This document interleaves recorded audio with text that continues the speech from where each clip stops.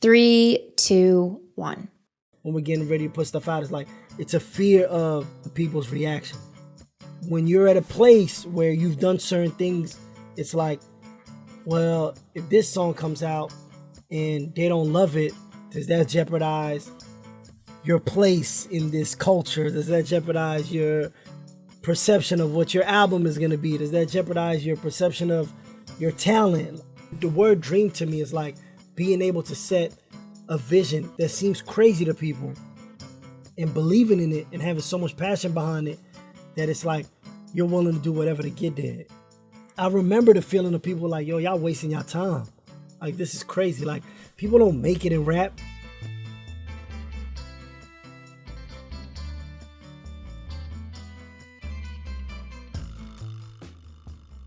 Ibrahim Hamad, also known as Ib, is one of the forces behind some of the best artists of our time. J. Cole, Ari Lennox, Boss, J.I.D., and more. He's the co-founder of the label Dreamville. He started with J. Cole after evolving their college friendship into a business partnership. Ib is Sudanese American, born in Paris, and thanks to his dad's UNESCO job, has lived all over the globe. And he ended up in the most diverse county in the world, Queens, New York, where he turned his passion for music, also known as putting people onto great music, into an actual career. He didn't know where it would take him. And following his intuition, building the right team, and staying true to Dreamville with J. Cole has led him and his team to building an empire that supports the power of story, community, and connection. We talk about everything from building a company with one of your close friends and what roles you have to play to do that, what it's like to build great relationships with your fans and your communities, and what that dedication brings to the work, and how to never lose sight of the dream. Welcome to this guided storytelling session on Podcast Noor with Ib Hamad. All right. Hello, Ibrahim. I'm so excited to have you on the podcast. I always like to start our conversations. Thank you. I always like to start our conversations by asking how your heart is doing today. Oh, that's a good question. No, I don't think anybody's ever asked me that, but my heart is doing good. I'm naturally just a person that always, looks at life on the bright side and thinks of the bright things that life brings along, and I'm blessed to have a beautiful family and have some beautiful children, so that every day when I wake up, they make my life very beautiful. So my heart is in a great place. I love that. I think gratitude is such a foundation to being able to find joy in all of the little things. And that actually brings me to what I think is going to be a foundational part of this conversation, which is what you define success as. I think defining success has always been, I don't want to say tough for me. I think it's just more so a feeling than it is something that I could say or that I have. My goals are more in how I feel about things and the impact that it creates, not only for me but for the people and the things that I can see, than it is a number goal or a status goal. So for me, it's always been about being fulfilled with what we did or what we worked on or what we accomplished. And that's kind of success. It's me being fulfilled more so than an outwardly, achievement, if that makes sense. There was never any specific goals. It was more so about impact. So it's always been about impact. And the only way you can really gauge impact is by the reaction you get from people, and then feeling fulfilled yourself with what you've done. So it's a lot about just making sure that I feel good about it, honestly. The feeling you're talking about, would you consider that intuition? Yeah, I feel like it's funny because you can't put a finger on it sometimes, right? You can, let's just use music for example. There's certain songs that we've put out that have done amazing numbers, and there's certain songs that didn't do the same amount of numbers but were way more fulfilling because you just feel It's just something you feel about them, something, a reaction that they created, a feeling that they gave people, a feeling that they gave you. And that is, it really is intuition, because it's something that you just kind of like feel, more sort of something that you can kind of place a finger on. And a lot of times it just, like I said, it's a lot about how things make you feel. That's why I've always felt about things like, how do they make you feel? Do they pull an emotion out of you? Do they make you happy? Do they make you sad? Do they bring you back to a specific place or a time in your life? So those things is kind of how I measure, I guess, success. Can you take me back to when you realized that is how you prioritized your experiences or your career? Because, of course, being in the music industry and the entertainment industry, you are told that success equals X amount of numbers, X amount of dollars, X amount of collaborations, X amount of features, whatever it is. How did you know to keep with intuition? Like, take me back to even when you were younger, before you started getting into music. How did you know what made you feel good? I think it's the fact that I understand, like, I feel like I have a good gauge of people, right? And what connects with people and what doesn't connect with people. What makes people act a certain way or what makes people not act a certain way. I feel like I have a good gauge of that. So I've always naturally been someone that wanted to make sure everyone around me was happy and was in a good place, was like, fulfilled with what's going on, or just I always wanted that energy around me of just making sure, like, man, I want my friends to be happy. Like, if I have money and my friend doesn't have money, like, he got to eat. Like, if I'm getting a sandwich, he got to get a sandwich too. Like, that's just always been my upbringing. I think that has a lot to do with having, 3 brothers and an older sister, and the family environment. And, my family's from Sudan, and I think we grew up in an environment where family's so big. Like, we have big families, you know what I mean? Like, both my parents on their side are like one of 8 or one of 9. And it's like, and then there's cousins and aunts. And so I think the family aspect of it has always instilled in me to want to make sure everybody around me is like happy and feeling good about it. So when it came to music, it was the same kind of, mindset. It was like, I want to play the song for my friend and get a reaction out of him. Well, I'm not the artist, but I want to get a reaction out of him of something that I recommended to him or a song that I really like. So when it came to even in the music industry, in the business, the idea coming into it was never about money. It was about, well, how do we make it to a point where people look at Cole, because that's how I came into the game, as like the greatest rapper ever, you know what I mean? And that drive and that passion will drive you more than like the money would, you know what I mean? And we knew the money would be like a secondary thing. So that allowed me to understand how things connect with people and look for the connection in people. So that's kind of always been my driving point. So yeah, I think it starts from the family aspect of it. It's beautiful that the intention has always been to look for the connection with people and understanding different people.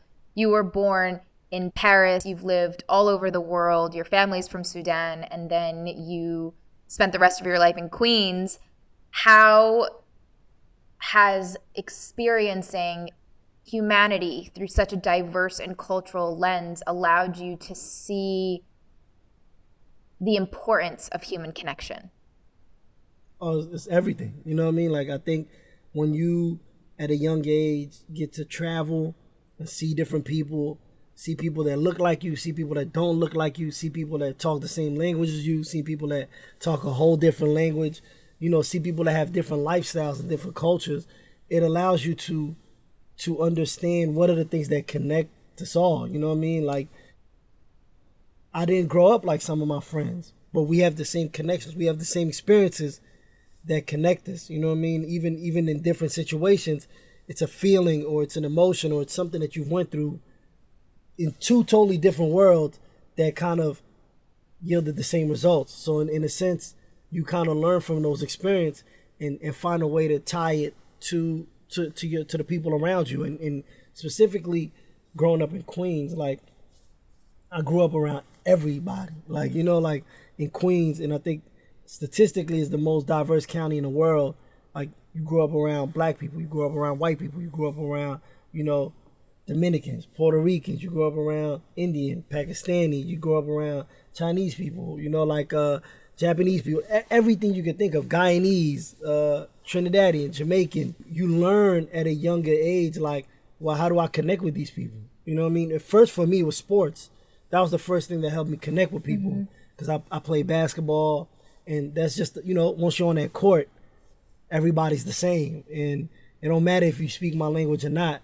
If you can get to that rack and you can make a layup, you can shoot the ball, you can make the right pass, like, we're gonna connect. And that was the first thing I used to connect with people when I got to New York. Then music was another element, and ever since, I just remember being in junior high school, and we're talking about the latest song that came out, or we're sharing CDs, like, I got this new Nas CD. I remember lending it to my friend Antoine and getting it back like 2 weeks later with scratches on it. I couldn't even play it. Like, that was like disheartening. That was before streaming, I know it's disheartening, but did you feel like it's disheartening, but also that's really cool that he really enjoyed what I put him onto? Oh, for sure. Like, it's always dope. It's like, damn, you really love this much that you ruined it. But it's also like, back then, it's like I had to go buy a whole new CD to listen to it. But that was the fun, is being able to share music. And even when we were coming up with Cole, after he got signed, that was always a big thing for us. Like, we always wanted to drop music in the beginning when kids were in college, because the whole thing was like, that's how music gets shared around. Like, we would be like, let's drop in September. Let's drop. Like, we had to drop an album in June. We'd even feel good about, because it was like something about dropping music while kids were in school was dope to us, because we knew how we were in school. Like, that's where you shared your music with your friends, and that's where the interaction came from. What was it about putting young people onto the stories and the music that you all were telling, and how did you feel as almost a tastemaker having a hand in pushing culture in a certain direction? Oh, it's super important, because I think one thing about music, as a fan of music, when someone is telling a story that you relate to, or is speaking words, or is putting your feelings into words that you don't even know how to do.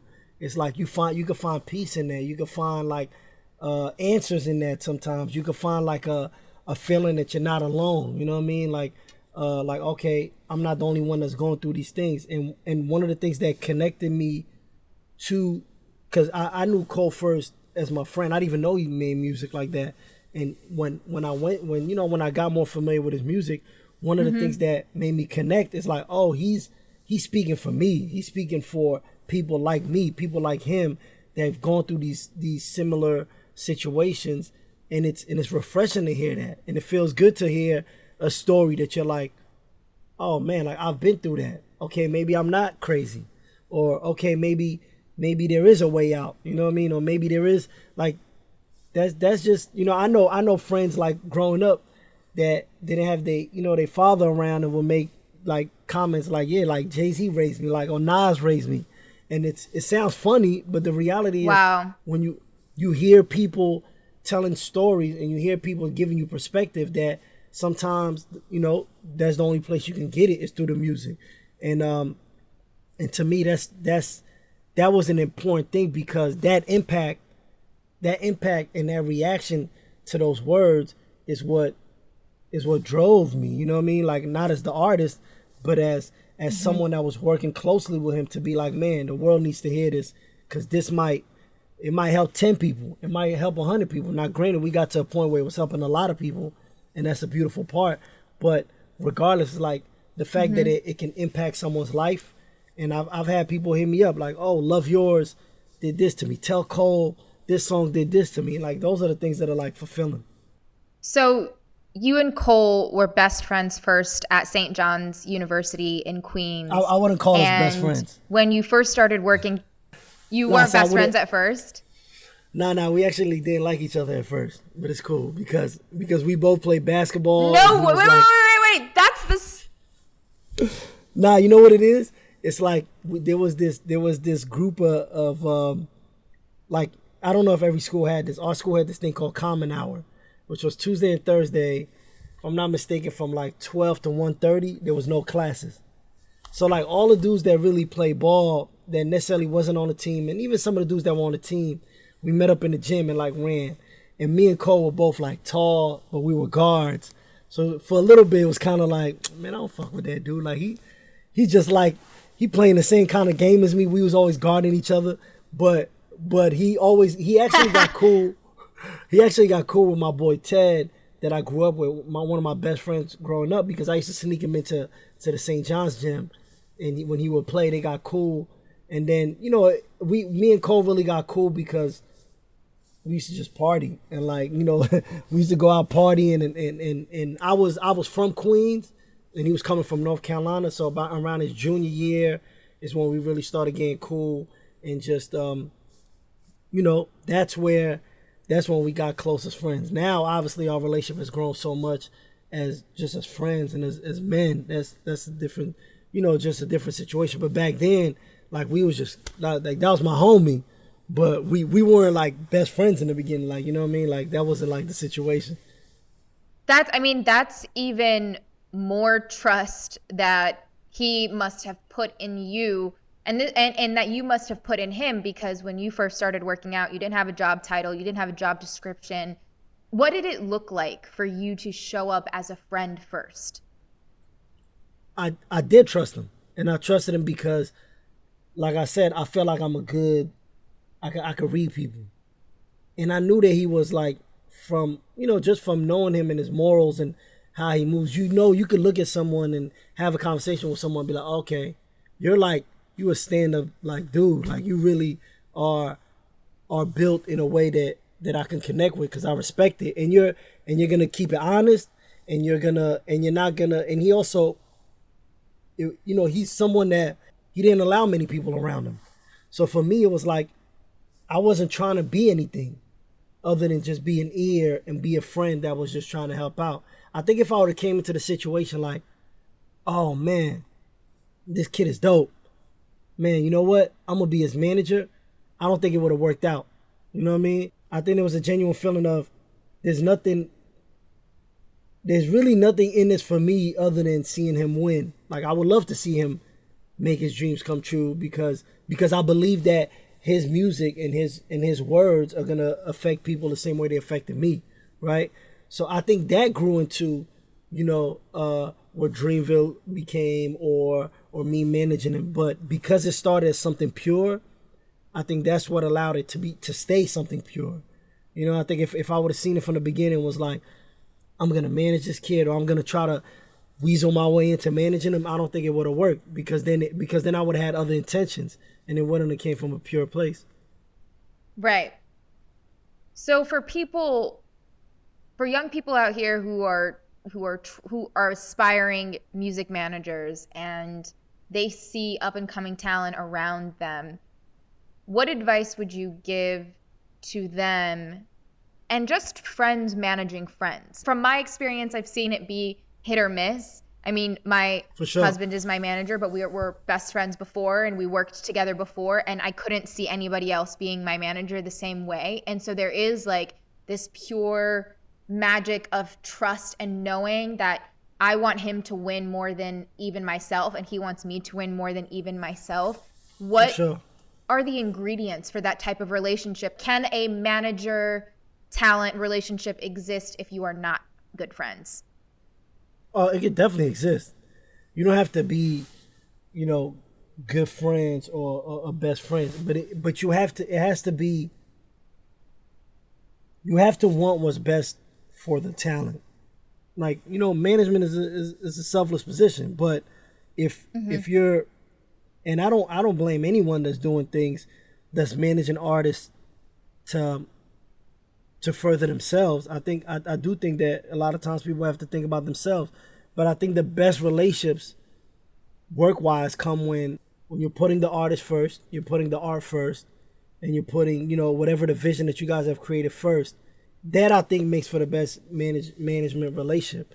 As far as friends in the bit, that's tough too. You know, we had our moments as a company, as Dreamville, because it's a lot of people that came up together, or even me and Cole. Like, you know, it's a lot of moments where the friendship could get in the way of like the moment where you need to call each other out. Like, how do you call out a friend, you know what I mean, for something they're not doing? How do you hold someone accountable, which could be in a very harsh way, but you have to do it? And that's why I think when you have that level of friendship, you can do it. Because it's like, there's nothing Cole could say to me that's going to make me feel away, because I know he's saying it because he wants what's best for me. You know what I mean? There's nothing I'm going to say to him, or I'm going to say to our partner, Adam, or I'm going to say to, you know, Derek, who runs the marketing at Dreamville, that they know I'm saying, because, like, they know I'm saying it because I want what's best for them. Because first and foremost, that I consider them family. You know what I mean? So you always gonna want what's best for the people around you. So it is tough.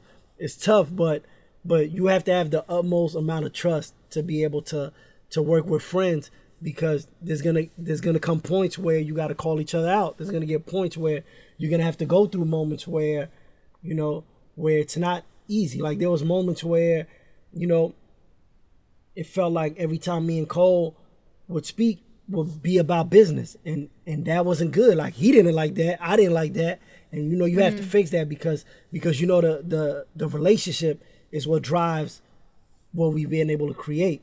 And then you have to kind of, like, you know, figure out how do you balance that, and I think that's hard. It's not easy, but it's very fulfilling when you can figure it out. Because there's nothing I would rather do than to do it with the people I came up with, people I trust, people I love, people I consider family. To me, there's no better way. It's just, you know, you got to go through the harder road. What have you learned about healthy friendships through building an empire with one of your closest friends? I've learned that, you know, it's the friendship is what, like, me and Cole's friendship is what allowed him to give me the chance to learn on the job. You know what I mean? I wasn't a manager. I wasn't someone that worked at a label. I wasn't someone that had prior experience in this. You know, I knew what I knew, and I knew that I did offer something that was very valuable to his career, but I had a lot to learn. And I think our friendship is what allowed me to learn on the job, right? And be able to bump my head and still kind of like, okay, cool. Like, I never had to look over my shoulder like I was gonna get fired. You know what I mean? Because I knew that if I always knew if I was gonna get fired, or if our work relationship was gonna end, it was definitely gonna be something I did to deserve it. You know what I mean? Like, I knew that he would give me the time to learn. So I think that comes with the friendship and the trust. But I also learned that sometimes the friendship gets in the way of being able to build something to the level that it needs to be. Because sometimes the friendship also allows comfort.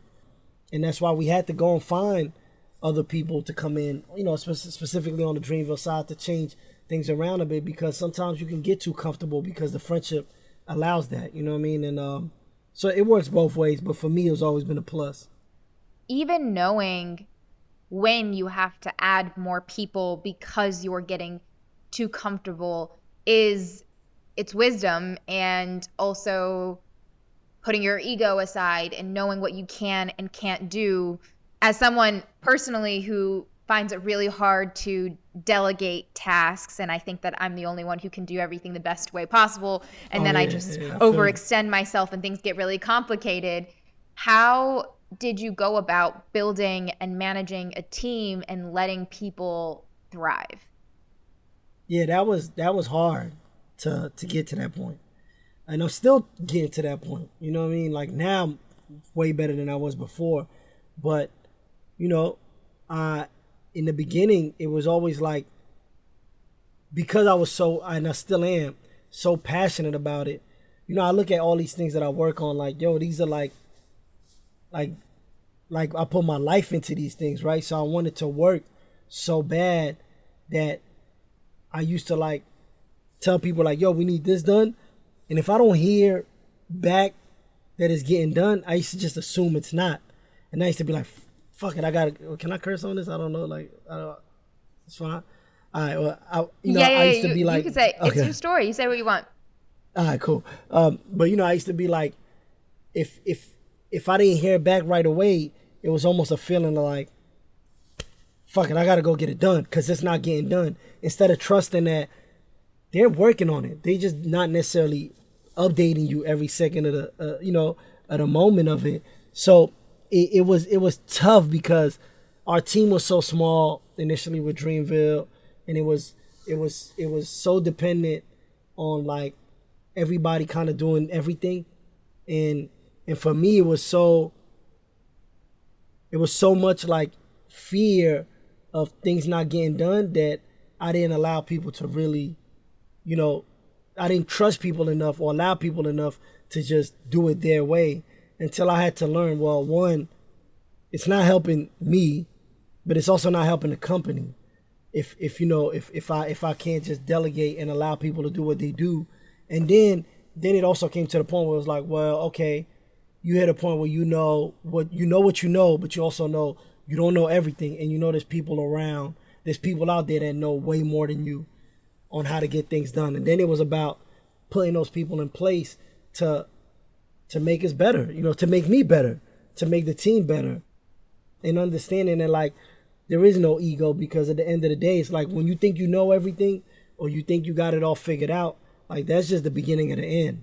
Like that's the beginning of everything falling down. So to me, it was understanding you don't know everything, and not only don't you know everything, there's people that are excellent at the things that you don't know, and if you put them in place and you'll empower them and allow them, and it's not just me, obviously, it's Cole, it's our partner Adam, it's just the conversations of us knowing like if you put them in their place, if you put them in a place to kind of spread their wings and do what they do and allow them to work, like you'll see the results that you always wanted, and not have to worry about micromanaging things. I think that was a big important thing that I had to go through.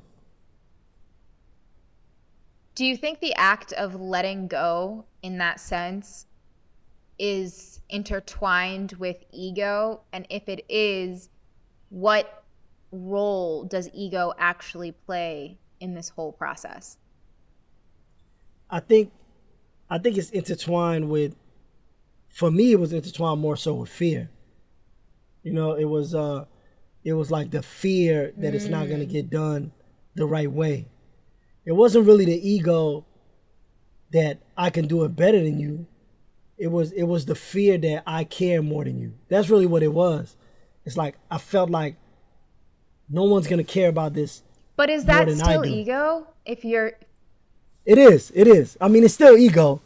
It's still ego because you assume that it is still ego, but I never identified it as ego, is my point. It was always fear. It was the fear of like, it was the fear that this means so much to me.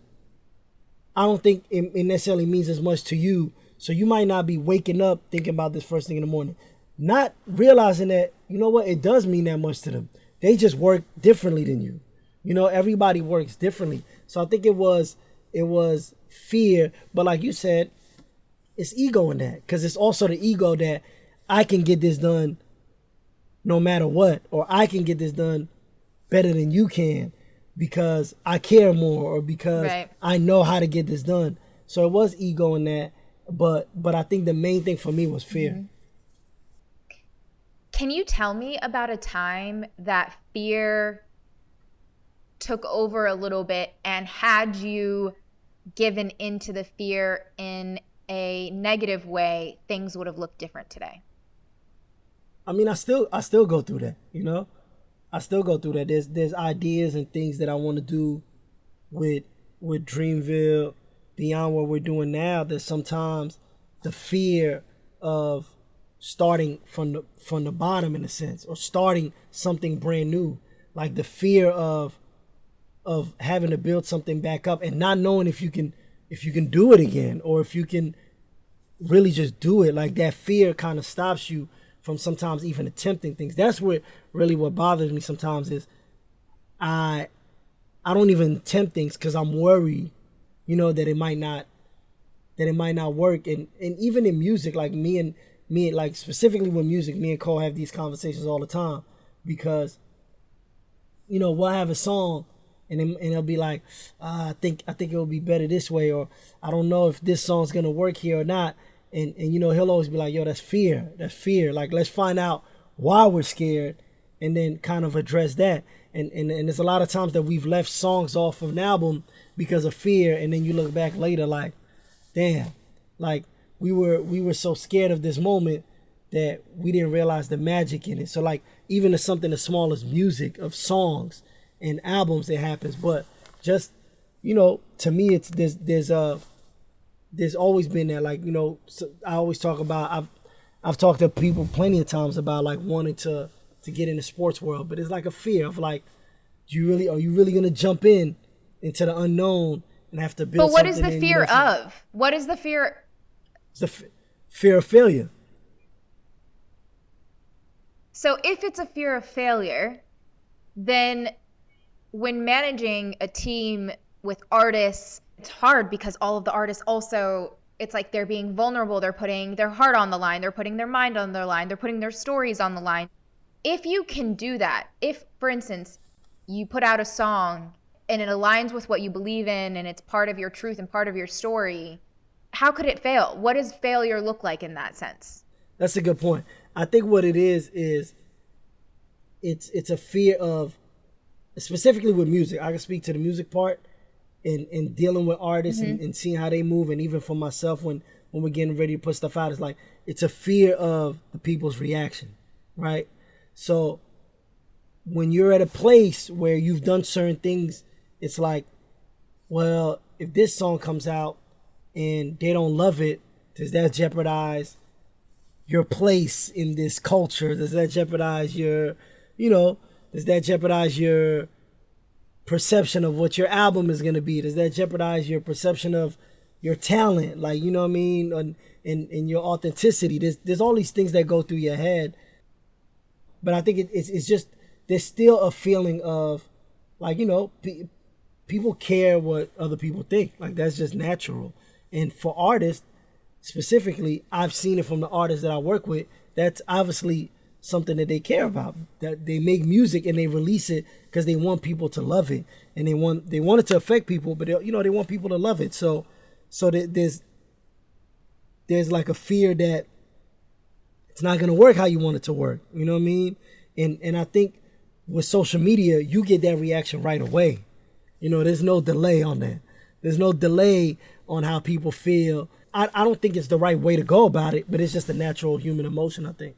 It is totally natural. One of the pieces of advice that a mentor gave me, Seth Godin, who I mention a lot, he told me reassurance is futile, and it changed my life. He said, if you're a pioneer and you're doing something different and you're on the forefront and you're doing something that hasn't been done before, stop looking for reassurance and answers from other people, because they don't know either, because they haven't done it that way. It's not their story. Even when you do get the reassurance, it doesn't last forever. It's very temporary. You have to get that from yourself. And as an artist, I can't even imagine, it's so hard with music, but specifically with you and Cole, you guys do things very differently. You do things for the fans. You make your tickets accessible. You show up to fans' houses. You have this like deep interconnected relationship with people, some people that you haven't even met before, which is a magic in itself.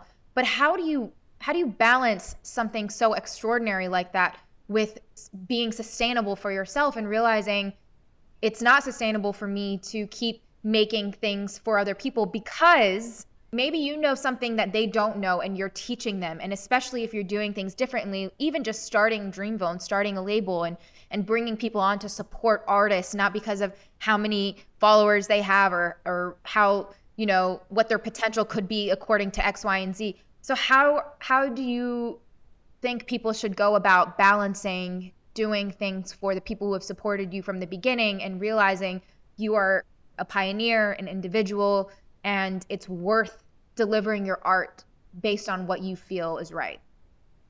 Yeah, I think there's a middle ground where I think that the people that support you from the beginning is the core, right? And you're nothing really without your core. Mm-hmm. You're not, they're there. They're the ones that help you get here. They're the ones that get you. They're the ones that connect with you the most. So you always, first of all, you're grateful for that, right? You're very grateful for that, and that's like, it's a blessing to have that. So you want to give back to that, because that's not something that is that you're just given because you have to earn that, and then you have to be grateful that you even have that, because a lot of people don't have that. So it's a blessing that you want to give back to, because they help you get to where you are. But then comes the moment where it's like, well, you want to push this core a little further, and you want to introduce them to new things. You want to introduce them to a new perspective, a new mindset, a new sound, and that is where that's where the balance is. Because then also, when you do that, you bring in, like, one thing that's funny is especially with Cole's core and like his fans, people know his fans in the hip hop community. A lot of people don't really like his fans sometimes. They want to bash him. I stand up for the fans. Those my guys. But what they might not like about a certain group of fans is how vocal and how much they love Cole. To the point where I've seen fans like look at new fans like, nah, you ain't been here with us from the beginning. Like, you're not really riding. And it's like, that aspect is funny, but it's the reality that you have to allow them to grow with you, because you're growing as a person, you're growing as an artist, we're growing as a company. So our growth is going to take us to different places. You got to make sure they're there with you, but you got to find a way to bring them along without them feeling like you're losing yourself in it. You know what I mean? Because they want what that pure thing is that they fell in love with. Are the fans, the core fans, part of the guiding light that you kind of go back to make sure that you're aligned? And has that been sustainable for you, if it is? Definitely a guiding light, in the sense that you want to make sure that whether it's the Dreamville brand, whether it's Cole, whether it's Ari Lennox, whether it's Jid, like the core people that are the ones that support, there's the ones that buy tickets, are the ones that they don't feel like they can't connect anymore. You can't have them feeling like they can't connect anymore, because then you lose your core. But it definitely gets harder. It definitely gets harder, especially at a level like Cole, or a level like, Jid or Ari, whoever. Once you go from where you can see and you can talk and you can, kind of connect with that core fan, to when it starts growing and growing and growing, and it's harder to find the core, because now it's like, it's more people. It definitely gets harder to keep a specific pulse on, like, what it is. It's just more, and then it becomes more of a feeling. Like, you just kind of got to feel it, and you got to trust instincts, and you got to trust yourself, and the artists, they got to trust themselves at that point, because it's harder, because it's like trying to find somebody at a party, but the party's gotten packed, and now it's like you gotta look around the room like, damn, where my boy at? It gets a little harder, you know what I mean, to find that core fan. But it's definitely very important. Can you tell me a time about your experience with a fan and what that meant to you, and if it's something that you go back to or think about to just keep you aligned? Oh yeah, I mean, I've had anybody that know Cole fans, like, we've built relationships with them, like things that we don't need to speak about, like, because when you see the same people, when you see people that were there when and I'm so connected to Cole's career. Like, my life's been my whole adult life has been step by step with, with his career, and then with Dreamville and with the artists that we have now. So it's like, you see these same people that travel, that show up, that spend their hard-earned money. Like, you build a connection with them, and then you want them to do good. Like, there's people that Cole shows up and Cole pays their tuition, Cole pays their rent, that are just fans. And, he's not going to speak about it because he's not doing it for that. He's doing it for them. You know what I mean? I've helped people with rent or just try to get them in a better situation, but that's just because I care about them. And, I want them to be in a good place. Like, that's just, like, you can't help everyone, but if someone's telling you, I'm going through this, like, you don't want to just turn your eyes and be like, well, shit, deal with it. It's like, if you have the ability to help people out, you're going to do it. And to me, it's like with the fans, they've been there for us. They've been there for Cole for so long. It's like, if you can help someone out, if you can be there for someone, if you can be an ear for someone, if you can be if you can help them to get out of a situation, it's like, yeah, you would just do it because they're human beings. Like, yeah, they're Cole's fans, but right. they're not any lesser than I am or than Cole is. They're human beings. They go through their own issues. But it's a community. It is a community, and you got to be there for your community. You know what I mean? You have to you have to be there for the village. You got to make sure everybody's in a good place, and that's just how it is. You know what I mean? I don't know what to say about it. It's just, that's just a natural thing. That's a human emotion. You feel something and you want to act on it. I think that's what it comes down to.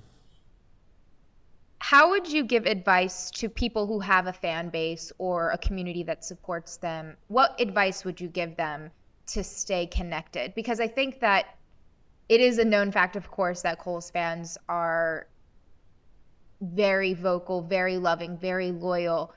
But there are so many ways to get to that point. There are so many actions, even the ones that you just mentioned right now, that get you to that point, to building a community. How can people build community with supporters that they don't even know personally? It's definitely ain't easy, that's for sure. But I think you have to learn how to focus on what you have. I think that's the problem with the entertainment business. Is really the problem with people in general. We always think about what we don't have instead of what we have. So, and we still do it. Like, as Dreamville, as, with Cole, like, for me at least, I don't know about him. He thinks about things differently than I do, but it's like, you still think of like what you don't have. When the reality is, if you just give the best experience to what you have and push them to a point where they're like, holy shit, like, they'll start being your mouthpiece. They'll start telling other people. They'll start sharing the words, sharing the experience, sharing the music, because they'll do what you did to him. Exactly. They'll do what I did with Cole, which was, I heard his music and I was like, this is incredible. I'm going to play it for my friends. That's really all it was. It was me wanting to share something that I loved. And I was so passionate about it that I just wanted to share it. You know what I mean? Like, and that's what I think it is. When you focus on what you have, and you give them the best experience you can, which is make sure your art, your content, your stories, everything is as good as possible, that it connects with them so bad, you have to trust that can spread the word. When you start looking outwards to fans, you really, not only do you not know, but you don't even know what they want. You're just assuming what they want. That's when you also kind of lose what you have.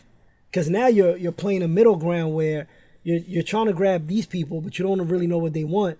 And then at the same time, while you're doing that, you're taking away from what your core really wants.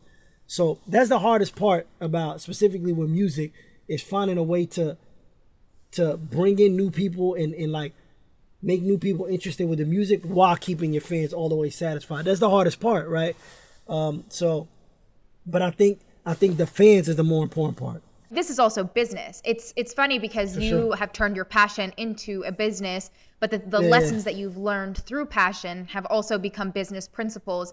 We talk about looking for the smallest viable audience, which is like the smallest group of people that you can serve so that you can continue to be successful in your business. And that, in this case, is your core fans. And it's like, if you just commit to serving them, everything else comes. But also, if you try and expand too quickly and you're trying to grasp at audience members that you don't know what they want, then people see your lack of consistency and what you had started with, what you were doing that they connected to. And it's this false notion that if you grow super quickly and you get, the million fans overnight while you've been doing the work for so many years, that means you're winning. And it's not necessarily winning, because the joy that's coming in the process is that deep connection that you have spent time building, and the dream that you spent time building. When I always say, like, when something's growing slowly and it's taking its time and it's building organically, or building in a sense brick by brick, it's like it also allows you to be there longer. When something like shoots to the moon, it's gonna crash really fast too, because there wasn't a foundation under it, and really the foundation is the joy of it. You know what I mean? When you putting that foundation down, like that's like, I know it's funny because like Cole would always used to say, like, man, I wish I could just be a new artist again. Like, you know what I mean? Because, and I even heard a Drake interview when he was mentioning, like talking to new artists, where he was like, you'll never get that moment again. You'll never get that moment of discovery again, which is true. Like you'll never get that moment where people first discover you again, or where they're discovering you slowly, because it's so new to people. It's a new energy that can't be recreated. So that's the fun part. And the fun part is also taking your time in there and like enjoying every moment and building those connections and seeing the feeling that they give, and like learning from that. Like I learn so much in what I do by seeing fans and how fans react to things and how things make certain fans feel. Like I remember, like, first of all, fans are smart. Like they know when you're doing something that's being forced. They know when it's not you. They know when you're trying to do something, and when they can call it out, and when they can sniff it out, even when they don't know and they just subconsciously know it, then you already kind of lost. You know what I mean? So I think that's the thing, is like they are, when you stay true to that core and you take your time and build it, and sometimes you can get down on yourself and it's like, why I don't got what he got, why I don't got what she got. But the reality is you're building something where you can have what you have for a very long time. And I think that's always the goal. Hi there. If you find our work beneficial and you want to support how we build our company at your service, you can subscribe to my Patreon at patreon.com/Noor. It's usually personal writings, and as I build a community on there, hopefully more. Your support is how we build. I also curate a weekly newsletter of all the things I'm benefiting from and enjoying that week. Anything from what I'm reading, watching, listening, buying, and more. Like most things, I keep it personal. You can subscribe to it at noortagori.com/newsletter. Now back to the story. What does the word dream mean to you? It's everything that we've done has been, built off this dream or these aspirations, and then following it. Like I was never the type of person to write down my goals or write down what I want to get done.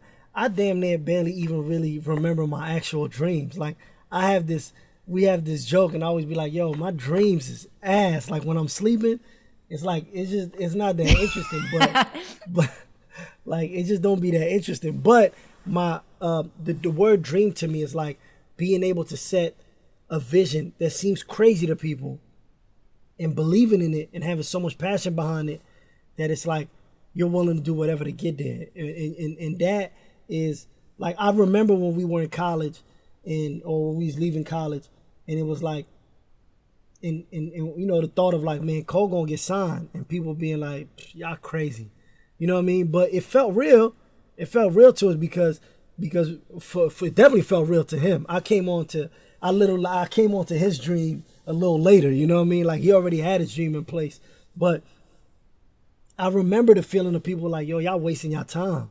Like, this is crazy. Like, people don't make it in rap. And it's like being able to tune that out because you're so passionate about something or you really believe in something like that. That's the power of a dream, right? Like, we just released the second installment of Cole's like basketball shoe. And I remember years before we did a deal with Puma where he was like, yo, I want to have my own sneaker. I want to have a basketball shoe. And I remember when we were talking to different companies or talking with Puma, it's like he set his sight. I'm not gonna do anything unless it's what's gonna make me happy. And this how I want to do it. I want to be able to tell stories to connect these things. And it's like it seemed so crazy 4 or 5 years ago to think that he was gonna have his own basketball shoe. Like, he don't play in the NBA, but that's what dreams do. When you believe in something and you really like. Of course, he's in a position where it makes sense. Of course, he's built himself to a profile where he gets to cut corners and get there quicker. But at the end of the day, he set that goal for himself. And for me, it's the same thing. A lot of my dreams are tied to the branding, and they're tied to, the Dreamville brand. They tied to the artist. They're tied to Cole, because a lot of my dreams have been to see them in these positions. My dreams ain't necessarily about, career-wise, are not necessarily about me being this heralded manager or this big executive, because that don't mean nothing. You know what I mean? My dreams is in being able to be like, wow, I was a part of this guy being the greatest rapper of all time. I was a part of this label being one of the greatest labels of all time. I was a part of Ari Lennox being the greatest singer of all time. I was a part of Jib being considered the greatest rapper of all time. I was part of Boz being considered, like, we can go down the line. We can go like that's where my dreams came from, because those are the things that make me happy. But that it's a long road to get there. And if once you start losing belief, that's when like your dreams die. You know what I mean? Once you start losing the belief that it can happen or that it's real, that's when your dreams die. So I love this. I love the concept of dreams. I think it's so important. I think you're kind of lucky that you don't really remember your dreams. I, on the other hand, have very vivid dreams, and they are not pleasant at all. So like, I actually envy you for that. But I'm fine with it because I try to live my dreams in real life, and it seems like you do that too. And I think there's also power in the fact that you attach your dream to other people, and they also attach their dreams to you. And oftentimes we are taught that you have to like keep your ambitions and keep your goals to yourself. You have to try to like put your head down. You don't want anybody to steal your ideas, steal your style. And then you kind of silo yourself in this like pretty lonely place where you keep your dreams to yourself because you think that it's scarcity mindset. It's thinking that there isn't enough for everybody and that you have to do this quietly so that you can get the one thing. And I think scarcity mindset is something that, our communities often suffer with because we feel like there isn't enough space or wins for everybody. And this creates, conflicts between different communities and whatever it is. And what's very clear, even just from the Dollar in a Dream tour and concepts, this idea that there's enough space for everyone. There's enough wins for everyone. And if we make things accessible, we can build even more. What do you feel like the power of abundance mindset and thinking that there's enough and realizing that your dream as an individual, you combining that with other people's dreams is actually just more wins? Yeah, I think specifically, it's interesting that you say that, because I think specifically in like hip hop is literally the genre where people act like there's not enough room for more than like one person. You know what I mean? Like specifically in hip hop where it's like there can only be one guy. You know what I mean? And I think we've in just as people in the culture that we grew up in, we have been, brought up to think like, I can't share these things with you because then you might get in the way of me getting there. When for me, I grew up one of five. You know, I grew up one of five. So it's like I knew I have the most incredible relationship with my family. We were all close. You know, like I had both my parents, and I think that, to me, being in that position is what kind of led me to a point where it's like it wasn't about me. It was like, I could play the background here. Like, I'm cool with this. Like, you know what I mean? Like, I have a younger brother. I have two older brothers, and I have my sister that's the oldest that have been a part of my life. And it's like, once you want to, like, I'm not an only child. You know what I mean? Like, so it's like being one of five, I think, helped shape a lot of how I am now, which is, you know, caring about other people and putting other people ahead of me, sometimes to a fault. But I enjoy that. I enjoy seeing people win in knowing I had a hand in it, or that I was able to help. But like, that's cool with me. Like, you know, that's fine by me to know that, like, that's where my joy comes from. I don't have to be in front of people and have to make people, like, you know, buy into to my dream. And so honestly, to be totally honest, sometimes not everybody is meant to know what their own dreams is supposed to be. You know what I mean? Like, sometimes people do need the help. I wasn't sure what I was supposed to be or what I was gonna do. I knew I loved music and I knew I loved sports and basketball, but like, sometimes you need something to attach yourself to be able to be like, oh, okay, that's where I'm supposed to be going. I think it also shows you. For sure. It shows you that, you know, it shows you that we need each other. And one thing I've been thinking about a lot with scarcity mindset, I actually just had this unlock recently, so I will share a little story of my own, only because I think it's relevant to this, and then I want to hear kind of your thoughts. But I had this realization a few weeks ago where I remembered when I was signed with my first speaking agency, my agent had called me and told me that this very prominent Muslim hijabi woman wanted to sign with a speaking agency, and she very proudly said, "We don't need you. We already have Noor Tagore." And my agent called me and said it like she was really proud of it and was like, you know, you're our special whatever. What I didn't realize is she was saying, you're our special token, and we're only really willing to like stick with this one.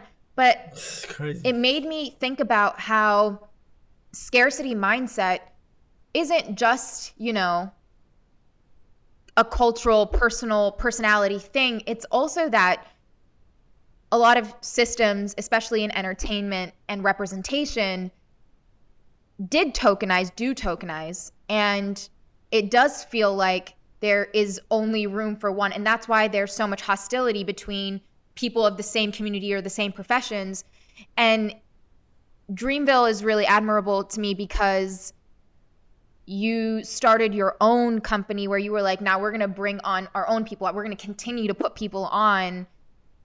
But that's because you started your own thing. That's the same reason we started our own thing. So what is the responsibility in starting your own communities, your own companies, building something of your own to combat these scarce systems that I believe are scarce, at least? No, it's 100% true. You know, it's like you. I guess even when we got into the music industry, it was a lot of that. It was a lot of like, oh, we have our rapper that raps about deep stuff, or we have our guy that does this. Now, right. The music game is a little different, where it's like it's a volume thing, right? It's like we're just gonna throw 100 things at the wall, and whatever sticks and whatever streams, great. So they don't mind having a bunch of the same things, right? But what it was for us, it was more so that there wasn't any protection in the sense of what the artist wanted to do in our mind. You know what I mean? We could have been wrong, but in our mind, it was like there was no protection of you know, an artist just wanting to be themselves and not necessarily wanting to be making music for numbers, not necessarily wanting to make music for this huge status. Maybe it's for impact, maybe it's to connect with people, but sometimes you're not allowed to do that because when you're, you know, certain companies just want the numbers. They want to put numbers on the board. And for us, it was that, and it was also understanding that the long-term play in that is actually better. Like when you really do what you believe, and when you really connect with the right people, and you connect to the people that believe in you, they'll be there long term. And being able to foster that, and kind of being able to be a help to artists, and to people, to directors, to producers, whoever that wanna do that. That was initially the goal, because when we got into the music industry, it was different, and every artist had a certain expectation that wasn't necessarily their own expectation. It was other people's expectations of what you should be, or other people's expectation of what they want you to do. And for us, it was like, well, that's not fair. It's not fair that you have to live through other people's expectations of you instead of your own expectations of you. So it's like, for us, as Dreamville was that. It was like, well, let's allow people to live up to what their expectations themselves are, and give them the push and the freedom to make that happen. What is the responsibility of a label to their artist, and what is the responsibility of a manager to their artist? That's a good question. I think in 2021, I was about to say 2020, but we're in 2021. I think in 2021, same thing. It's exactly. I think in 2021, those lines are kind of getting blurred, management and label, because managers have taken on more responsibility, and labels have signed so many more artists. Speaking of major labels, have signed so many more artists that they naturally can't be as hands-on with artists as they used to be. So I feel like the lines are blurred between what a manager and what the label does. But I always look at it like, in different cases, but it's the same thing. I always look at it like, look, the vision of what you're trying to do, who you're trying to speak to, and what you stand for starts with the artist, no matter what. If the artist doesn't know that, and the artist doesn't have that, then you're in trouble. So the artist has to have that, right? And once you have that, it's a manager's job, and then a label's job to take that and say, how can we make it bigger? How can we make it better? How can we make it more efficient? How can we expand on that? How can we help bring that to life? But to me, a manager and a label creating the vision, or creating the who you're speaking for, or what you're trying to say, or what the core of it is, a lot of times it's like, it could work. Don't get me wrong, it could work, but it's eventually gonna it's eventually gonna crash, because it's not built on anything real. Depending on what you want. If you're an artist that just wants to put up hits on a board, then it doesn't really matter. But if impact is your drive, and connecting with people is your drive and your passion, it has to come from the artist. And then it's a manager's job and a label's job to say, okay, well, how do we take what you want? How do we take what you have, make it better, make it more, expand on that, make it just make it more interesting, whatever the case. But it has to start with the artist. So I think a manager and a label's job, in different ways, is to take what's there and build on it, and make it better and expand on it. It's not to create it. Given that producing music has become way more accessible, people are doing it themselves on, GarageBand, SoundCloud, TikTok, wherever it is. Do you think, based on your definition of success that we talked about earlier, do you think that people need to get signed to a label to actually be successful? Yes, I do, actually. Because I think there's always going to be cases where you don't. But I think it's very hard to get to a certain level without funding and extra hands and extra people helping you out, and extra people trying to build on your vision and get you to a certain place. Like, it's very hard to do things on your own, and people have their own teams. But I'll just speak for us. Like, we didn't have money to do anything when Cole was about to get signed.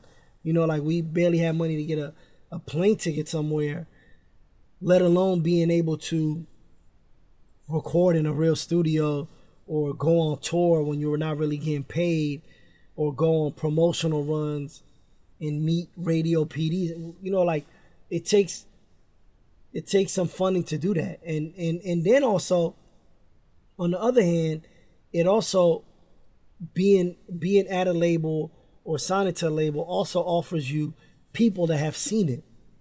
Now you can take what these people are telling you and these advice, like the advice they give you and the strategies that they want to put in front of you, and do what you want with it. But the reality is this: you got to find the good people in there that's been through it, that know what's what, that can help you, you know, deal with certain pitfalls and certain things that you've never been through. So to me, there is a certain, like, I don't think that you need a label to necessarily make a living and have some type of success in the music industry. But I do think if you want to get to like a superstar level, you need a label and a machine to kind of help you get there.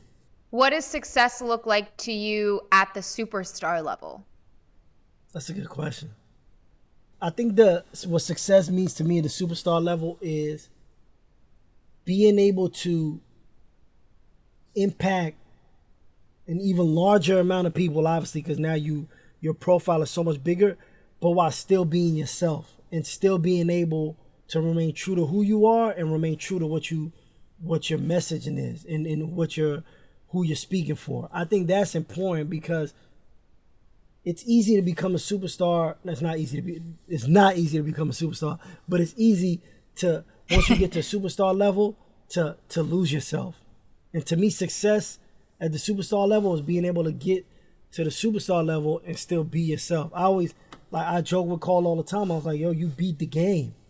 Like, you're one of the few people I know that beat the game. You've gotten to superstar level and you still are Jermaine. You still have your private life. People don't have to see or even know your kid's name because you can separate, you know, your family and your private life, and you can separate when it's time to be J. Cole.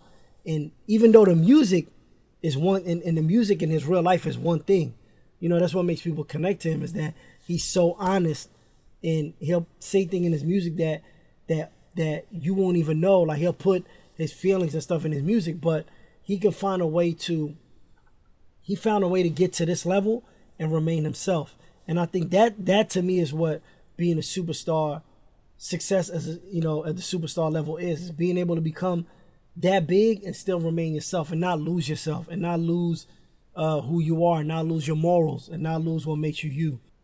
Is there an example of a time where on the come up, when things were starting to happen really, really fast, and it was you and Cole were being shot into this stardom mode, were there any ground rules set? Were there any conversations where it was just like, okay, this is happening the way that it's happening, how are we going to stay protected?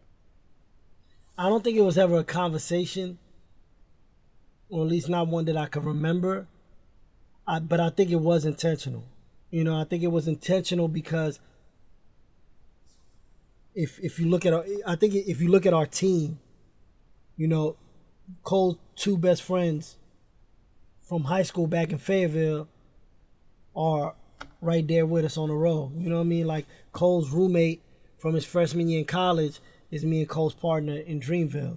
You know, our head of marketing and our promotion guy are both people that I knew since they were in high school.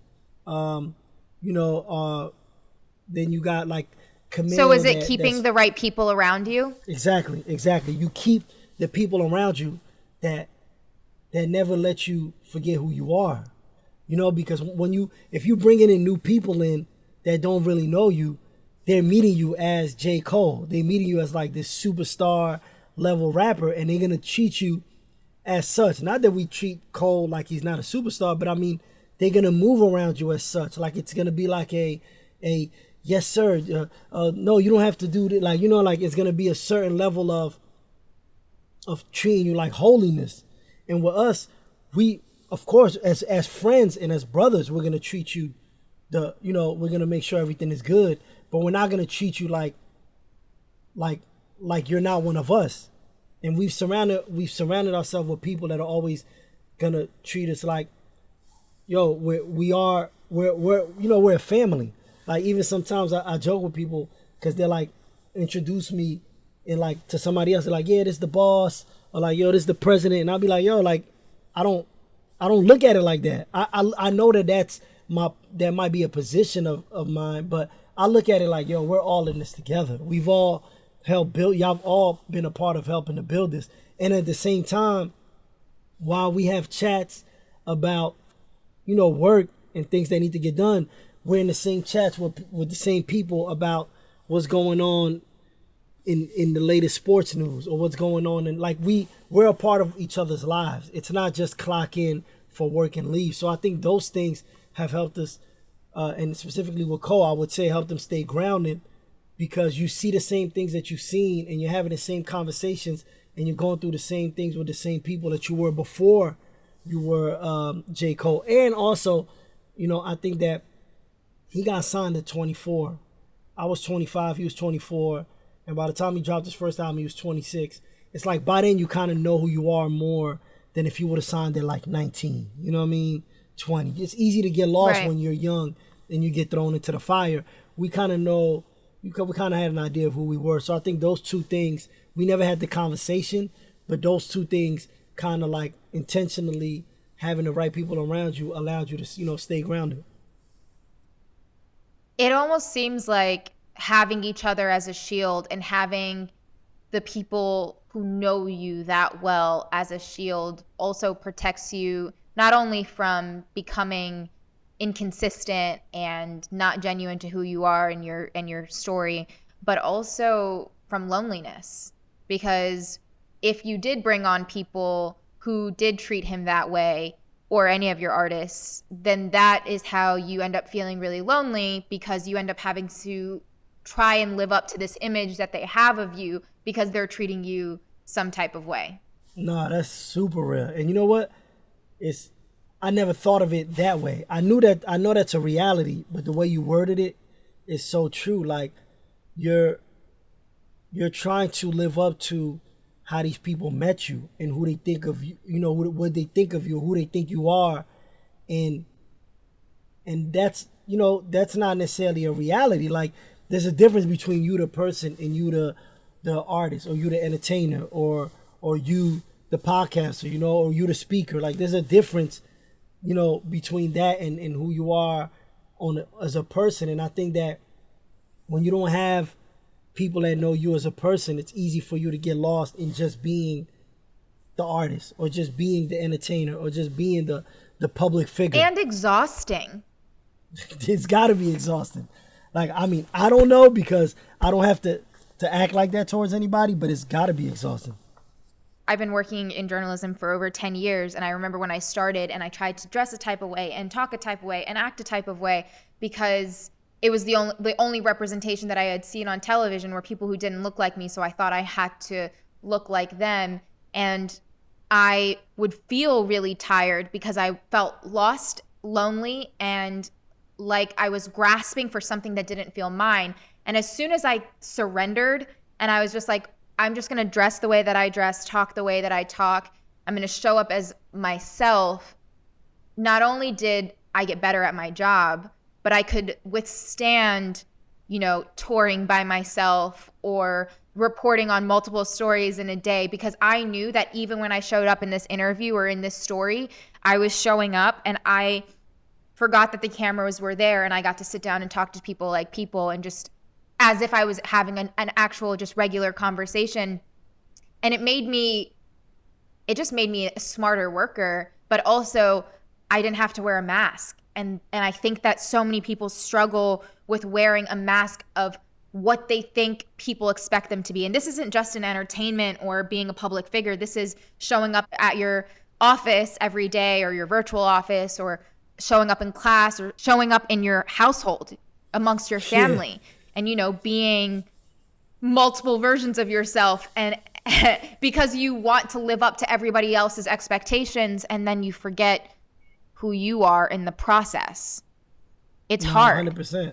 And I think, like you said, that's something that goes into so many things throughout life, beyond just entertainment and in the music industry, just life in general. Just people, there's literally black people that have to go places and act less black just to feel safe, or just to, you know what I mean, or just to get a job, or to stay at a job. So it's like it goes so much further than just in the entertainment business. But you know, it's funny you said that about yourself, because that's what ended up happening with Cole, where after, you know, the second album, Born Sinner was that. It was him trying to keep this mask on and do these things that people want him to do, to be this celebrity, to be this rapper, this big time rapper. And it was after that where the decision to be like, I'm not doing that no more. I'm just gonna win or lose as me, and I'm just gonna be who I am. Whether I win or lose, I could at least feel comfortable with that and just be myself. And it's that where he did that and like dedicate himself to that he had his biggest success ever with Forest Hill Drive. And that was a turning point for all of us, because it taught us like, oh wait, like this is not the formula for everybody, but this is our formula. You know what I mean? This is what works for us. And that was important to be able to see.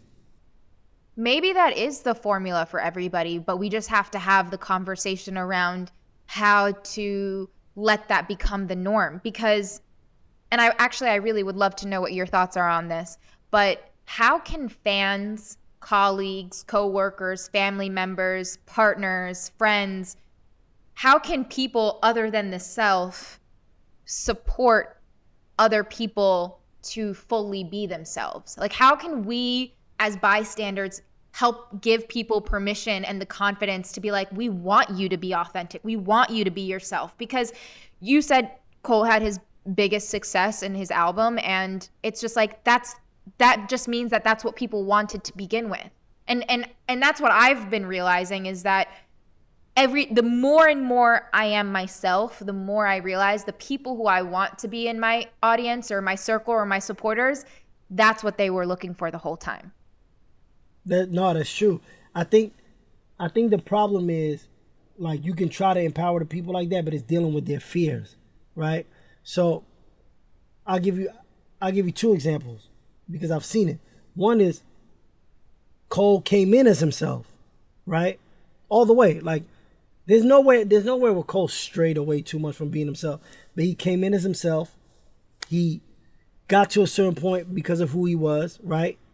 And then when you get to that point, being yourself starts becoming, is it enough, or is it gonna work? And then you have new people who are, you know, have opinions and have things. And I think that's where the confusion and like the fear comes in, right?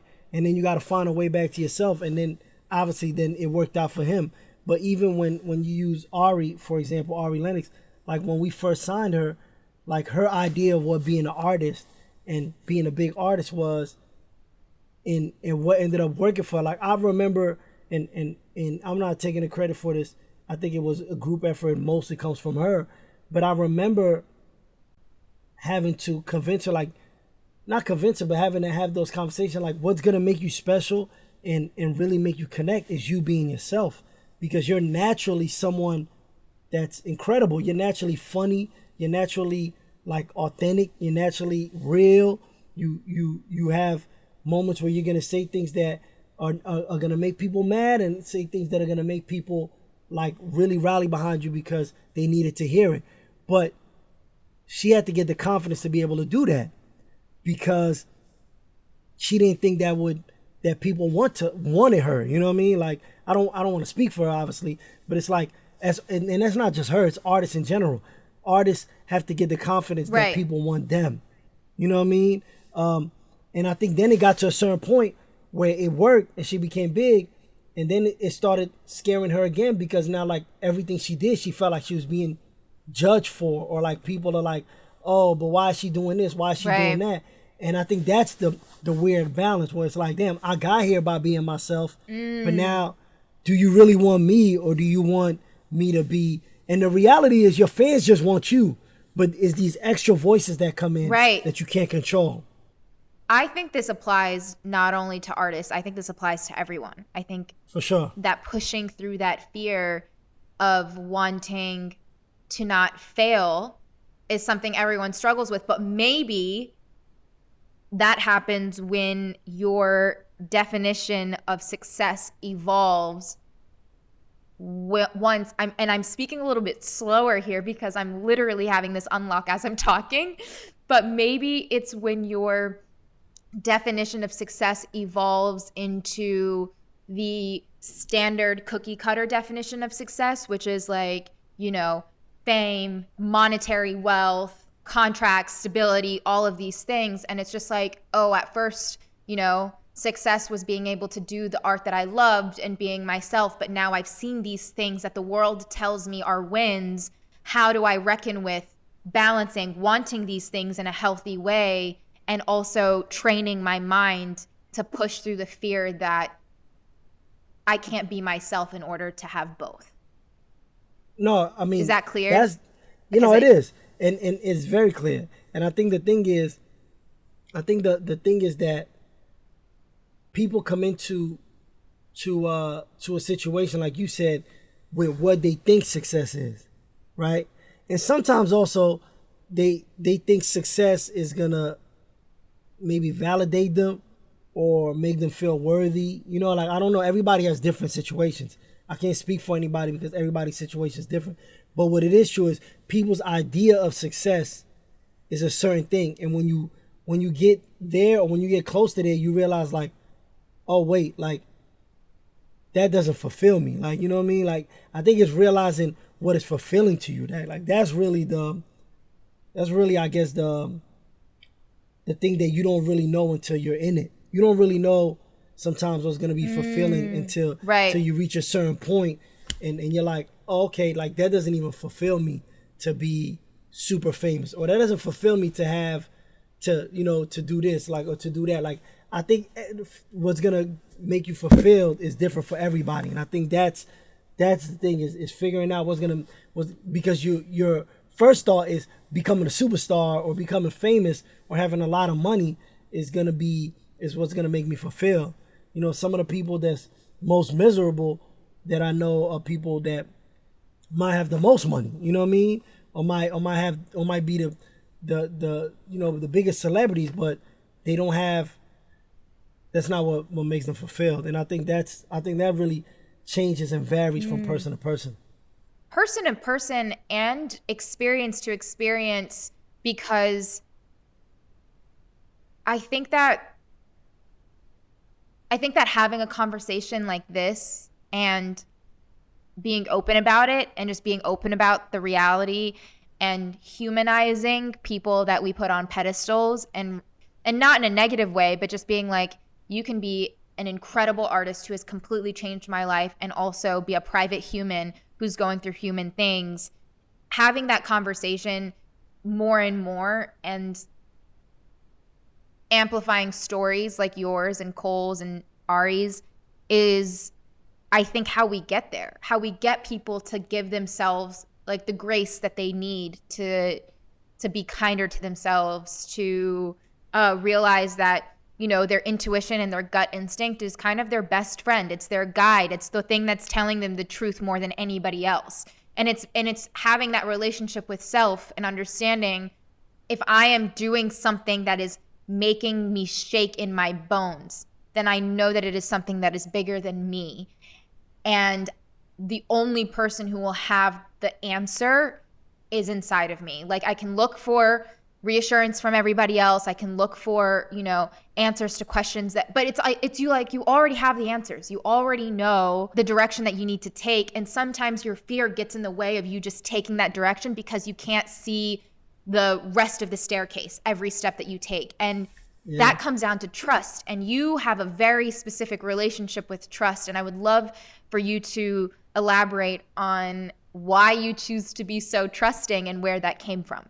My trust comes from having a large family, and being, like I said, one of five, and having, you know, three brothers and a sister and both my parents around, and just these, you know, the Sudanese culture, having this extended family, and finding that, you know, and you know, when I was younger, I used to get these migraines all the time, like really bad. Like when I was like, I remember being 6. It was like hereditary. My dad had it, my grandmother had it, and mine used to like really bad. Like I used to have to like miss like 2, maybe 3 days of school a week, and I remember, like, I would get so sick that everybody would around the house would like almost feel the need to take care of me. Like, you know what I mean? Like, oh, Dad, Eve's sick. Like, yo, you need this, you need that. And it was like a nurturing feeling. Right? My aunt would be around, and like if my uncle was around, my mom, obviously, my sister, obviously, my brothers. So it was like, I think that allows you to trust people. It's like, you know, you have to trust people in that stage, because you're in a place where, you know, you need other people to feel better, in a sense. And I think just the also my personality, you know what I mean? Like I'm just naturally always looking at the positive. I don't want to argue. I don't want to I'm not very confrontational, to be honest. I'm just kind of like, yo, like that only adds more stress and more shit to my life that I don't want. So to me, it's like, and like I said early in this conversation, like I feel like I have a good way of reading people and understanding people and feeling whether people are real or authentic or not. And once I could find that, it's like it's easier for me to trust. You know what I mean? And sometimes to a fault, obviously, obviously trust has been handled wrongly in my life, but I don't allow. How do you approach it when your trust is broken? I have to tell myself that it's like, you can't allow that to like make you view everybody like that. You know what I mean? Like, and honestly, if somebody breaks my trust or something happened, I'm gonna give them a chance, because I'm gonna look at it like, you know, people make mistakes, but if you do it again, that's when I'm like, oh, okay, like you know, you do it again, then it's like, oh, I get it. Like, that's just the reality of it. You're not gonna change, and I have to accept that. But to me, it's just understanding that it's situational. You know, like I don't hold a certain mistake or a certain situation or a certain scenario again, you know, where I might feel a way against someone. You know what I mean? People make mistakes. You know, situations are different, but I know that I can judge by being around that person and talking to that person if it was a mistake or if it was intentional or if it's something that's just at least I feel I can. I could be 100% wrong, but that's what I lean on. So I do think my family, my extended family, friends, like I grew up around that, where, you know, that allowed me to just trust people, because I also understood that I need these people for my own self, for my own sanity. You know what I mean? I need these people around. So it also seems like it takes a lot less energy to be trusting of people, and then the times that they do betray your trust, you know how to navigate next, because you're still listening to your intuition. But I think that we spend so much energy, and I'm talking about myself as being somebody who previously was pretty untrusting of people, because I was in my head about it and I was projecting, but choosing to be trusting of other people has been like a weight lifted off of my chest, because you realize, like, the more you trust people, the more they don't want to break your trust. The more you openly trust them, like, I don't think people naturally want to hurt other people. And then it's like, when they do break your trust, if they do break your trust and it hurts you, it's like, it's not usually with the intention of, I want to hurt this person. It's usually because your own insecurity, your own character, you're dealing with something yourself, and then it manifested that way. No, for sure. And I think to what you said, like, it's easier to trust someone until they show you why not to trust them. than to have to move around life like I don't trust anyone. Like that's because you have to look for the reasons not to trust someone. You know what I mean?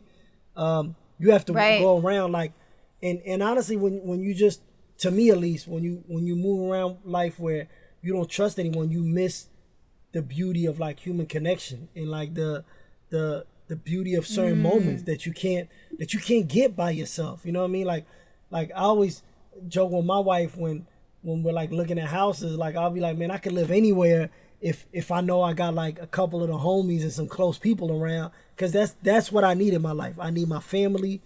I need my immediate friends and family where I could just have that connection. We could be anywhere at that point, you know what I mean? Because we create the moment. But you can only create that moment and have that connection if you trust. You know, you can't do that if you don't trust anybody. You're never going to get those moments. You're never going to create that connection. So that's why I do think that it's just easier to, and don't get me wrong, I don't just trust anybody. I have to see something, and it's just a feeling, and like I just trust my gut. I trust my intuition and my gut so much. But then it's like, once I trust it, I'm like, it's easier for me to trust you until you show me not to than it is for me to look for a reason not to trust you. I'm just thinking about this for the first time too. But I think that trusting your gut and following your intuition is kind of like a muscle that needs to be strengthened. The more you do it, the more it reveals itself to you. The more you're like, cool, we can become best friends and take on whatever together. And anything seems possible at that point. Just like, you know, when you and Cole first started out and you followed your intuition, you followed your gut, and you were like, I know that this seems impossible. I know it seems out of this world, but I just know it can happen. Maybe that's the reason it did happen. Maybe your the strength in your trust and believing in yourself so hard is why you were able to manifest the dream, the Dreamville that exists today. No, 100%. And that came from trusting him. You know what I mean? I trusted him to the point where it's like, I knew we were aligned, and I also knew like, he's not going to do me wrong. Like, you know what I mean? Like, he's not going to get to a certain point and then turn around and be like, well, all right, thanks for your help, bro. I'm gonna move on to this other. I had to trust that. You know what I mean? And honestly, I don't suggest this to anyone, any manager to do this, but like till today, not on the Dreamville side because that's an official company, but till today, like I don't have paperwork with Cole as a manager. I never had that. I never felt the need to have that. People tell me it's crazy, and that's cool. I'm cool with that, but that's the trust that I have there, and I feel like if something if it didn't work out, it's gonna not work out because of something that happened where, you know, whether there was a contract there or not, it wouldn't have worked out.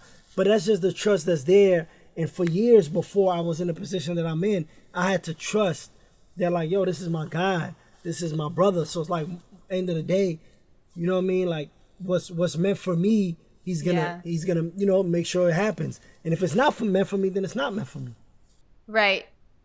The Arabic word for that is tawakkul, like just having full surrender and trust that what is meant to be, what is meant to happen is going to happen. It's one of my favorite things to think about because I always, like any opportunity, sometimes I've had devastating losses in opportunity, and losing those opportunities, like if it ever did hurt, it wasn't that I was upset that I didn't get the opportunity, but it was more so I was upset like because I trusted somebody to handle, like, you know, when certain corporations or companies will kind of show you their true colors, and that happens, but it's never like, oh, I missed out on this big opportunity, like I'm really sad for myself. It's just like, oh, okay, I knew that just wasn't meant for me. And it's such a relief because then you can never say what if.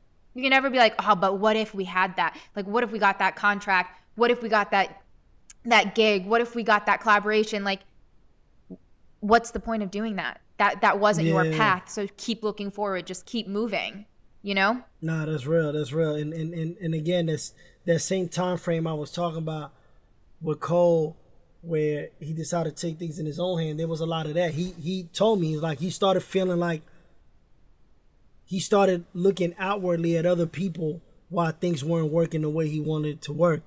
When he realized, like, nah, it's on me. Like he was like, oh, I'm not in this, magazine, or I don't have this, placement of this song. Like, why am I not there?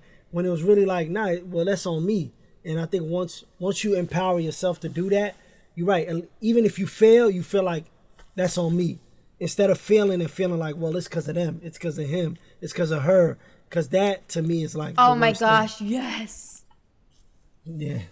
Okay, so this is getting a little philosophical, but one of my favorite concepts to think about is different levels of consciousness. So there's to me, by me, for me, as me.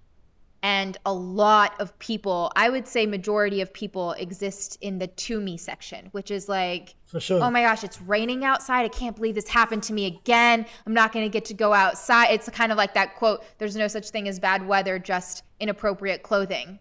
Like, just figure it out. And then so it's to me, by me is like realizing that it's like you are the answer. It is up to you to navigate all of this. For me is like where I feel like I'm pretty solid at the for me level, which is just like everything that happens in life is like happening as an opportunity for you. So take it as you will and just like move with it, kind of like flow with it like water. And then as me is just realizing like you are everything and everything is you and everything is connected, and like it's just way bigger than just you as an individual. That kind of, I mean, I'm still studying that, working on that. But I realized when I heard these 4 stages of consciousness that I sometimes was falling into the to me stage. Sometimes I still fall into that. And it's called victim consciousness. And that doesn't take away from, when a victim is a victim of some type of trauma, but it's what do you do with that? How do you proceed? How do you move forward to healing? How do you move forward to to figure yourself out instead of just staying in that place and letting everything else just happen to you, letting life happen to you, and then getting upset with the turnout? Because at some point you just it really is a mind game. You have to shift the way your brain thinks in order for you to see good, to see light, to have gratitude, which is like a key component to any of the success that we're talking about right now. So yeah, I mean, that was a little bit of a tangent, but I'm very passionate about that. And I do think that that's like a big problem that a lot of us, me, myself included, struggle with, and it kind of sets us back. No, and I think that is very natural and common, I think, for people to live in a to me stage, because you want to look at things like, well, it ain't me, like, you know what I mean? Like, it wasn't me, it's them, it's him, it's her. But I think that's and even when people do things to you, and it feels that way, it still serves you to ask yourself, what was my role in this? Like, what could I control in this situation? Because at the end of the day, you can only control your reaction, your actions, how you choose to like proceed feeling with something. And so you kind of have to take that back and realize, okay, this person showed me their character, but what am I going to do about it for myself? No, that's 100% true. And I think that's where people really get lost, is when they don't look at it as like, well, what did I do to play a role in this? Or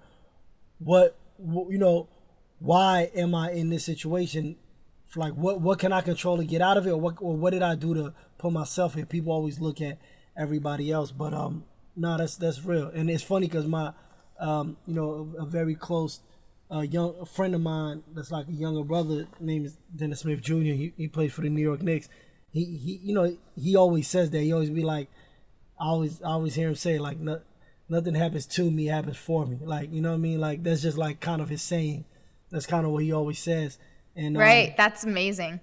And it's interesting. You know what I mean? Like, I think that's true. It's like you have to take a lesson in all of those things that happen to you, and then apply it. Like, you gotta, apply it like for yourself, instead of just kind of like sitting in it and allowing it to just be that.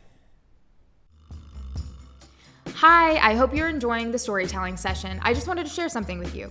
If you're looking for a good deed opportunity these days, my family has been working to alleviate local homelessness for over 10 years. We have a foundation called I See You. And we make care packages for people experiencing homelessness. We make family food bags with food staples and give out grocery gift cards to families in need and more. Everything is done by donation, and 100% of the money goes towards community members in need. If you'd like to donate, you can through Venmo at ISY Foundation or PayPal to contact@isyfoundation.org. If you or someone you know is in need in the DC, Maryland, and Virginia area and could use our help, please DM on Instagram ISY Foundation or shoot us an email. Now back to our story. We talked a lot about dreams, we talked a lot about success, and we talked about how the way that you use your intuition guides you knowing that anything can happen. It's all limitless opportunity. Knowing that anything was possible was proven to you all very young in your career. What is the ultimate Dreamville dream? What does it look like if anything and everything is possible? I don't think I've ever asked myself that question that way, but to me it's really, what I want to see from Dreamville. It's just something, a brand that can use storytelling in so many different avenues to just be able to connect with people, from different backgrounds, different countries, different, just different lifestyle, to pull those core emotions and feelings that kind of connect us together and help people find an understanding through these stories, you know what I mean? Or a connection through these stories, because that's what we do at the core of things. We tell stories, whether it's through the music, whether it's through our our festival, whether it's through movies or documentaries or our apparels. Like, we always try to tell stories. Even with the sneakers we dropped, it literally came from, it's literally, the concept of it started from like being able to tell a story of what does it sound like to be the guy that goes to LA Fitness or 24-hour Fitness to play basketball, who still loves the game of basketball, who still dreams about it, but he's not in the NBA. But it's like, does it make his dream less valid, or is he not as important? Like, that's literally what kind of Cole's whole thing about the sneaker was. Like, yo, there's people that dream and love basketball, but it's like, just because they're not in the NBA, it's like, it's almost like they're not allowed to have that dream. And I'm not saying it as well as he does, obviously, but to me, it's like, to be able to tell these stories through all these different avenues, and that really connects with people. Because the one thing that makes me the happiest about the Dreamville brand and what we've been able to do is watching people connect to it, and watching people be able to say, like, like Ari has this song called New Apartment. And every time I see online, like, I see like a fan of hers that gets a new apartment, it's like they'll post the keys and be like, cue up Ari's new apartment. It's a feeling. It's like she put herself in that song in a way that they can connect to it, and they can like, it's, you know what I mean? Like, they can relate to it, and they can feel like, I can't wait to have that moment. And when they have that moment, they go to that song, because like, yo, this is me, this is who I am. And like, those are the things that are the most satisfying, you know what I mean? So I think for me, it's about Dreamville as a company being able to tell these stories and being able to have these connections and and pull people's emotions and feelings through all these different avenues, all these different ways to and that's kind of what Dreamville at its highest looks like. Do I have any set goals? No, I'm actually working towards that now, because I have to have an understanding of, like, what does that look like? Because for so long, I just been kind of like, like Cole calls it, we just be freestyling. Like, we just go with our feelings and our emotions, and just kind of go and figuring out on the go. But now it's like sitting back and being like, okay, what does this look like? Is an important step towards what's next. That sounds like a dream in and of itself. And what's so amazing about the work that you're doing with Dreamville is that you're opening doors for other people's dreams to come true too.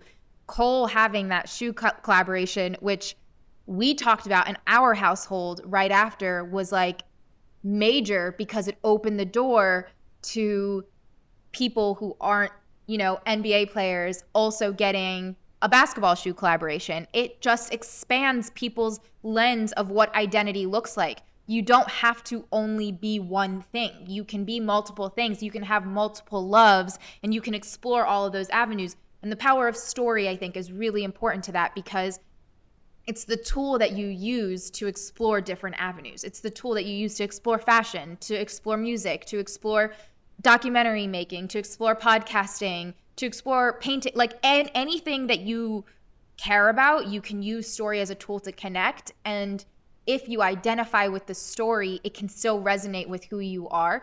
Cole doing a basketball shoe collaboration is not inauthentic to him. It's authentic to him because of his story and his connection that he has with it. And therefore, you're telling other people who feel the same way that, this is possible too. You're opening that door. And so if you're listening or watching or whatever it is, just know when you choose to pursue the things that you care about, know that you are also opening the door for so many people to come behind you. It's like that Maya Angelou quote, "I come as one, but I stand as 10,000. It's realizing every time you stand for yourself, it isn't without the grace and the miracle of every person who came before you to make that easier for you. And now you have become part of that 10,000 for so many people to come and accomplish their dreams." And it's really amazing that that's kind of the namesake of the company, is rooted in dreams and dreaming bigger and realizing that anything is possible. So thank you for all of that. I appreciate every story that you shared today and every piece of wisdom that you shared today. I want to end this conversation with asking you something that maybe you answered, maybe you didn't, but Ibrahim, what do you know for sure? Wow, what do I know for sure? I know that I have to. What do I know for sure? That's a good question. That's like,